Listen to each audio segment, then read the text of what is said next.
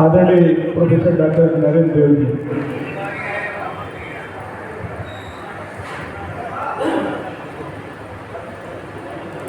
धन्यवाद आयोजक मंडल और संचालक महोदय। नमो बुद्धाय, जय भीम। हम लोग आज एकत्रित हुए हैं यहाँ पे श्री ललित सिंह यादव भैया कहे कि पेरियार ललित सिंह यादव जी की जन्मतिथि मनाने के लिए मैं धन्यवाद उन लोगों का भी करता हूँ जो विशिष्ट अतिथि बैठे हुए हमारे मंच पे, और उन लोगों का भी स्वागत करता हूँ, सम्मान करता हूँ जो श्रोता के रूप में यहाँ पे बैठे हुए हैं। मैं बहुत बड़ी बातें तो नहीं कह पाऊँगा, लेकिन ये है कि मैं जब से मैंने होश संभाला है तो मुझे ये पाखंडवाद से मुझे बहुत तकलीफ रही है, तो इसके संबंध में ही मैं बात करूंगा। और शायद आप लोग को पता होगा कि बुद्ध से लेके हमारे जितने महापुरुष हैं सब इसके पाखंडवाद कैसे देश से ख़त्म हो, हमारी जनता के दिमाग से कैसे ख़त्म हो, उस पर ही क्या कहते हैं कि ये अपने विचार आप तक देते रहे हैं। आज हम लोग बैठे हुए हैं हमारे बहुत ही परम पूज्य ललित सिंह यादव जी का जन्मदिन मनाने के लिए। तो ये सब लोग बुद्ध के अनुयायी रहे हैं, और बुद्ध का क्या था कि समता मूलक समाज की स्थापना करना और आत्म चिंतन से अपने को आगे बढ़ाना, यही बुद्ध का विचार रहा है।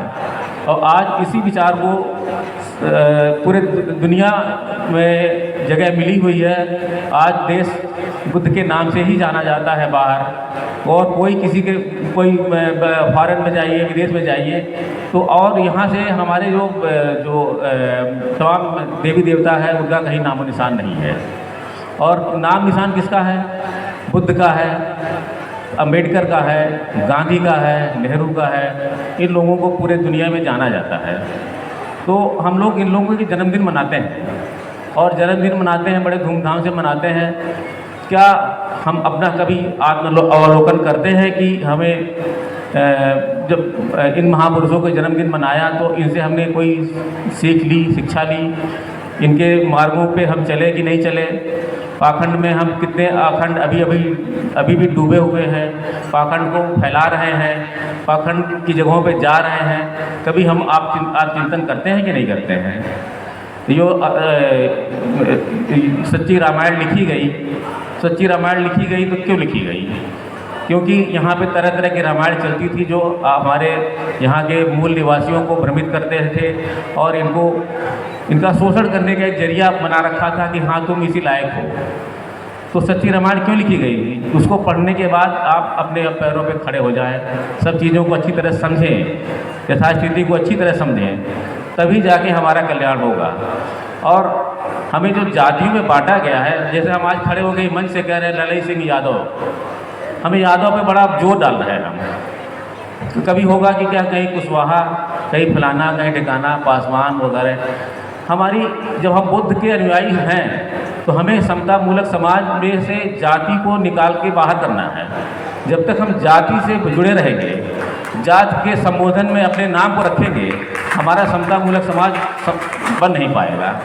और इसको किसी भी तरह से जो मूल निवासी यहाँ पे हैं, जिनको काशीराम जी ने बहुजन का नाम दिया था, उनको इकट्ठा होके जातिवाद को ख़त्म कर देना चाहिए।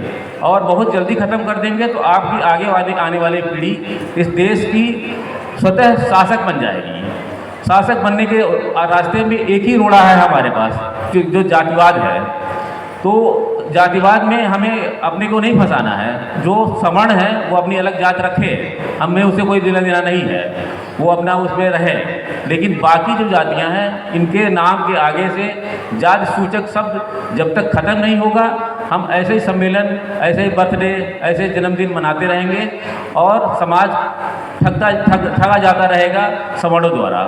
तो जब तक आप समता मूलक समाज की अवधारणा को रख के आगे बढ़ते हैं और जातिवाद को भी लेके चलते हैं, पाखंड में आकर डूबे रहते हैं, पूजा पाठ करते रहते हैं, तो आपका कल्याण नहीं होना है, आपके समाज का कल्याण नहीं होना है। ये बात आप लोग लिख के रख लीजिए। तो इसलिए हमें आज यहाँ से कसम खा के जाना है कि आज हम अपने महापुरुषों के बारे में कुछ वो थोड़ा बहुत जान जाए तो ठीक है, लेकिन एक बड़ी मोटी सी बात है कि पाखंड, पूजा पाठ और इस तरह की जातिवाद से कैसे हम अपने आप को मुक्त कर लें, यही हमारे कल्याण का एक रास्ता है। मैं इन्हीं सब बातों से अपनी बात को विराम देता हूँ, क्योंकि मुझे जाना है लखनऊ। तो संचालक महोदय से मैं क्षमा मांगूंगा कि मुझे जल्दी से छोड़ दें, तो मैं चला जाऊँगा। धन्यवाद।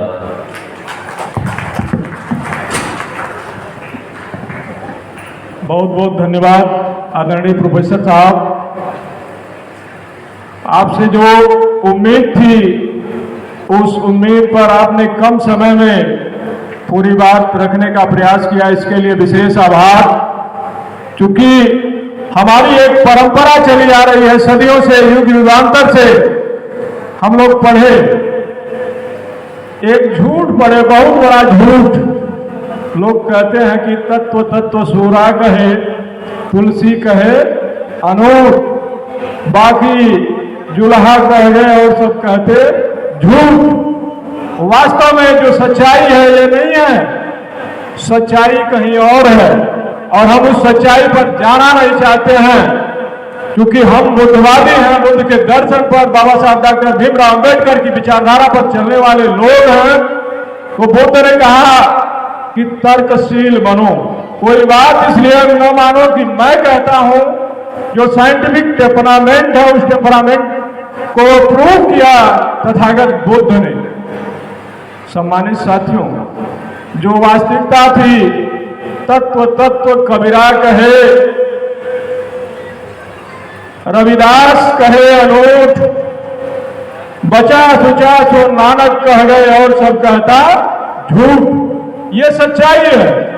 और अगर हम कबीर साहब को लें, प्रोफेसर डॉक्टर साहब ने बताया कि जब तक हम जात में विभाजित रहेंगे, हम अपने हक और अधिकार को नहीं प्राप्त कर सकते हैं। और यह भी सच्चाई है कि अधिकार मांगने से नहीं, छीनने से मिलता है। और इसके लिए पेरियार ललई सिंह यादव जी धम्म की दीक्षा लिए कुशीनगर में, और उन्होंने यादव जो एक जाति रूपी कलंक था, उस कलंक को धो दिए, तब जाकर के पेरियार ललई सिंह बने।